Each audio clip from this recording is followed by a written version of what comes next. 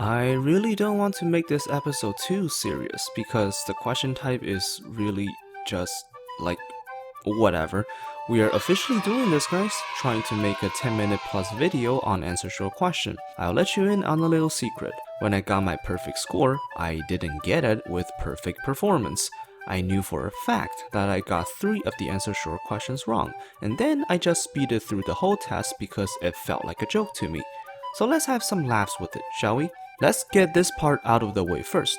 You will get 10 to 12 questions per test, and you will be asked a bunch of quote-unquote simple questions. All you have to do then is answer them, and the answers usually are just one word or a few words long.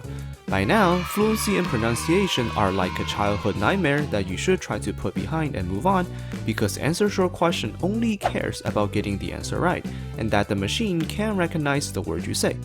Not too difficult, right? I'm telling you, during the test, I went through retail lecture feeling like a king because I'm fabulous. Then I got really depressed during answer short question because, man, some of the questions are just weird. I don't know! They are not a simple test of vocabulary. In fact, some of the involved concepts are just outlandish. You'll see once we start going through the questions. Dude, if I can mess up some of the questions with an English vocabulary of 20k plus, you are almost destined to not get everything. Just casually showing off here, don't mind me. Now, how do we justify wasting 10 minutes of our lives on this question type? Well, it's 10 minutes for you, but more like 10 hours for me, so I'd appreciate some appreciation. Agencies don't even bother teaching this stuff, but wait a minute.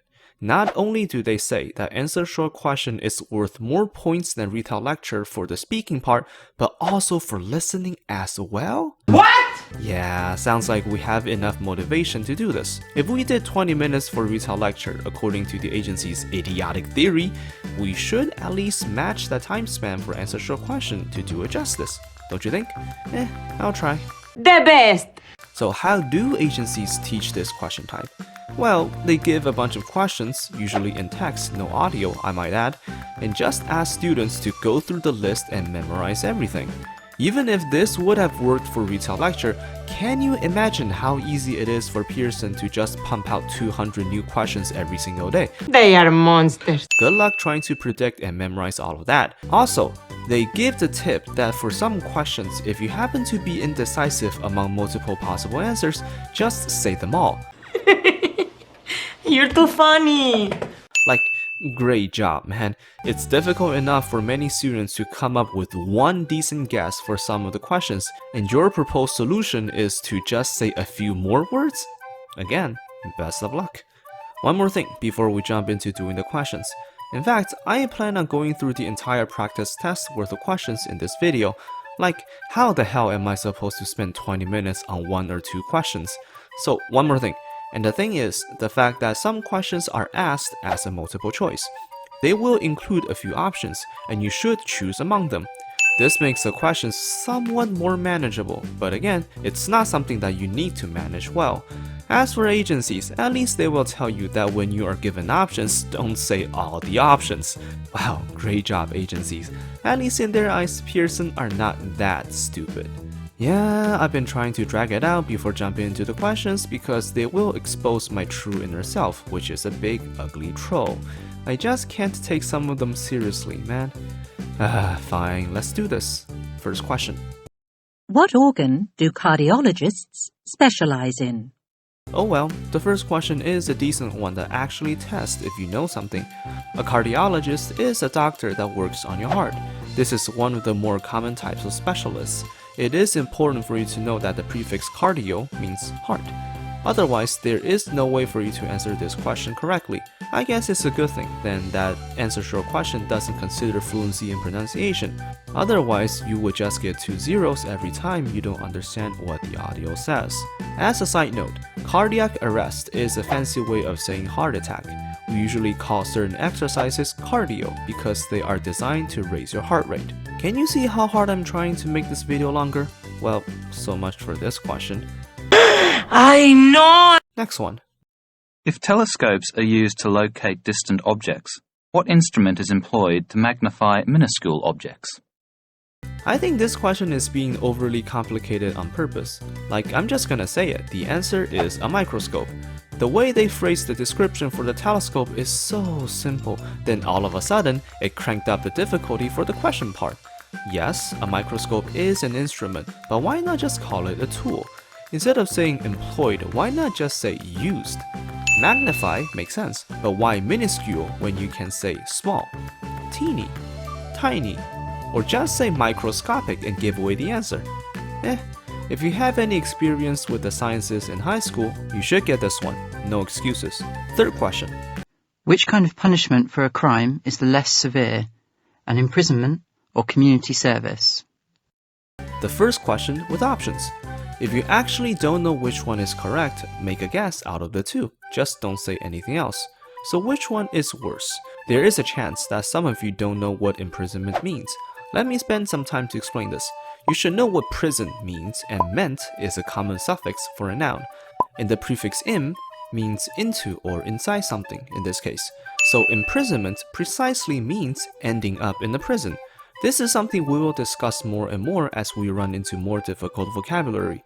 Many of them can be explained in such a manner, and this is a very powerful method to expand your vocabulary. Look at us, having fun and learning at the same time. I'm so good at this. Personally, I might choose to go to jail instead of serving the community if I get to decide, but generally speaking, community service is just a bit annoying, so it should be better than ending up behind bars. I am genuinely curious what would happen if anyone actually answers imprisonment. That's a hardcore criminal right there. Moving on, this is the fourth question.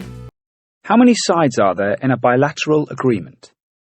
Now, even if you don't understand this question, because it asks how many, please at least answer with a number, and don't say 0 or 1.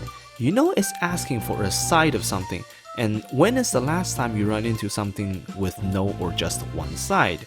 Then, the best guess will probably be 2, or 5,000. Seems to be equally possible, so you pick one. I don't know about you, but some gut feeling tells me that it should be 2. So how can we tell if it is 2 or 5,000? The word bilateral contains the clue. The prefix bi is not too uncommon. I'll give you a few examples. Bicycles. I can come up with more.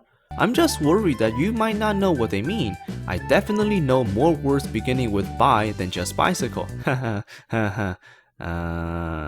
Ooh, yes, bilateral. See, there's a few more. Bilingual, binary, bipolar, biceps, biscuits. No, not the last one. So what do the other words beginning with bi have in common? They all mean 2. How about that? We got the correct answer using both English skills and pure luck. Nice. Fifth question. Which is the longest, a decade, a millennium, or a century? I don't know about you, but I'm a millennial, so I'm going with millennium. What? I'm right? I am shocked. Going back to the prefixes, deca or decit has something to do with 10, so a decade is 10 years. Cent is related to 100, so a century is 100 years.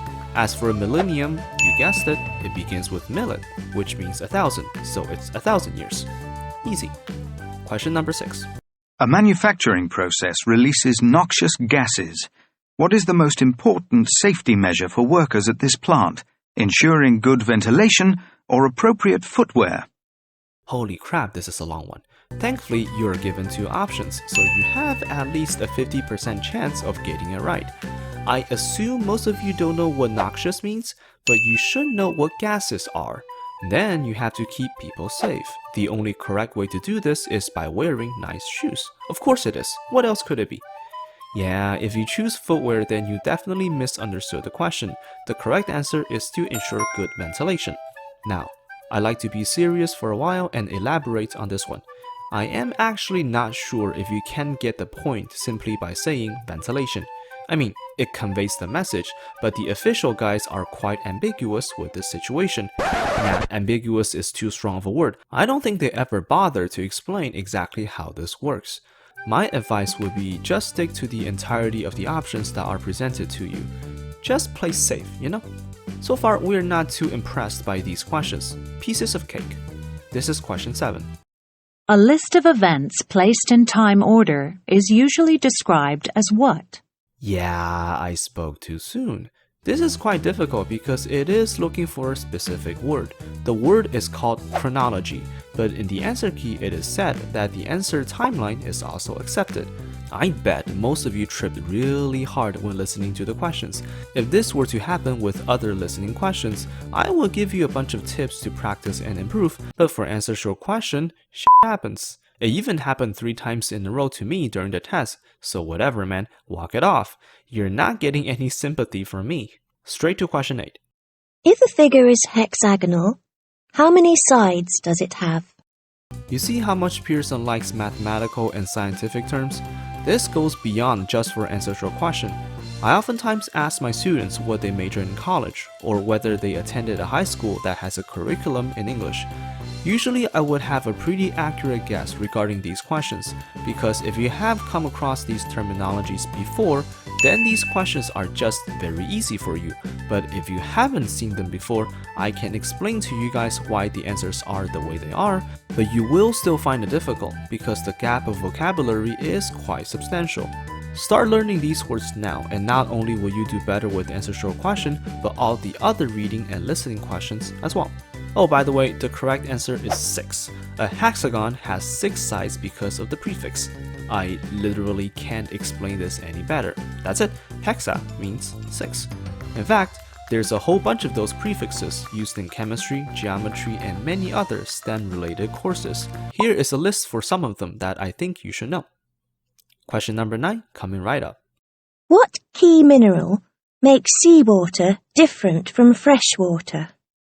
So, I know the correct answer is salt. What I don't know is if you can get away with it by saying sea salt. I also don't know if they accept sodium chloride. Some of you go try it out and let me know. Well, I actually don't know how you can let me know, because you wouldn't know if you got it right or not. Oh well, it's a shame that we will never find out. To be honest, I would legitimately be pissed if I said sodium chloride and they didn't count it as correct. What if I just panicked and forgot how to say salt? Sodium chloride is salt, and it is the salt in seawater. Oh, whatever. Last question. In the animal kingdom, is the purpose of camouflage to attract a mate, to find food, or to hide? Another multiple choice, this time with 3 options. I would bet most of you don't know what camouflage means, so you will just have to guess one. You see the benefits of playing video games and setting the language to English? You just learn arbitrary words here or there, and what do you know? They might prove to be useful one day. Seriously, I first learned this word in a game. Camouflage is a disguise that blends you in with the surrounding environment, so it's difficult to spot you. The correct answer is to hide. Phew, we survived. I was a bit worried that I might get something that I actually don't know. It didn't happen this time, but I'm sure I will make a fool out of myself sooner or later. Please like, subscribe, and share if you have more questions about how to answer the question type answer short question. After another episode of Question Walkthrough, we will start doing some writing. Wow, that killed the mood fast. We need something to bring joy back into our lives. That'll do. Wait and see what happens to him before taking it yourself. And I'll see you all next time.